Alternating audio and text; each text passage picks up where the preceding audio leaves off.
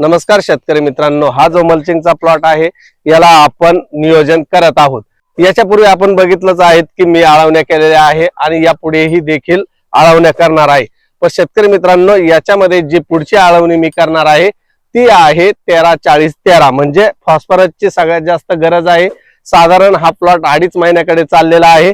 मान दांडा पात जी व्यवस्थित बनत आहे त्याचा वेग राखण्यासाठी आपल्याला 13-40-13 देणं गरजेचं आहे।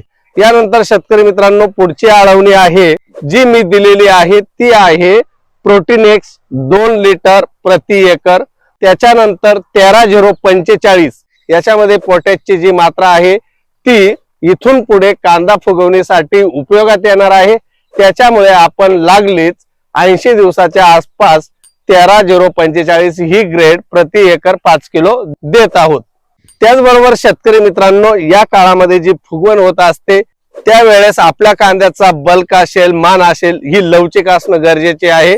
कारण जमिनीमधून कांदा जे अन्नद्रव्य घेत असतो तेव्हा त्याची फुगवण होत असते आणि पेशींची संख्या वाढत असते, म्हणजे फुगवण होत असते। तर अशा वेळेस लवचिक असणं गरजेचं आहे आणि कांद्याला चमक आणि रंग येण्यासाठी आपल्याला बोरान देणं गरजेचं आहे। त्यासाठी मी कॅल्शियम 11% हे प्रति एकर 500 मिली लिक्विड फॉर्म मध्ये आणि बोरान 20% हे अर्धा किलो प्रति एकर अशा प्रमाणामध्ये आळवणी केलेली आहे। अशी आळवणी केल्यानंतर आज 3रा दिवस आहे शेतकरी मित्रांनो। तर तुम्ही बघा की कोणत्याही प्रकारचा शेंडा हा वाळलेला नाही किंवा वाकडा वगैरे झालेला नाही।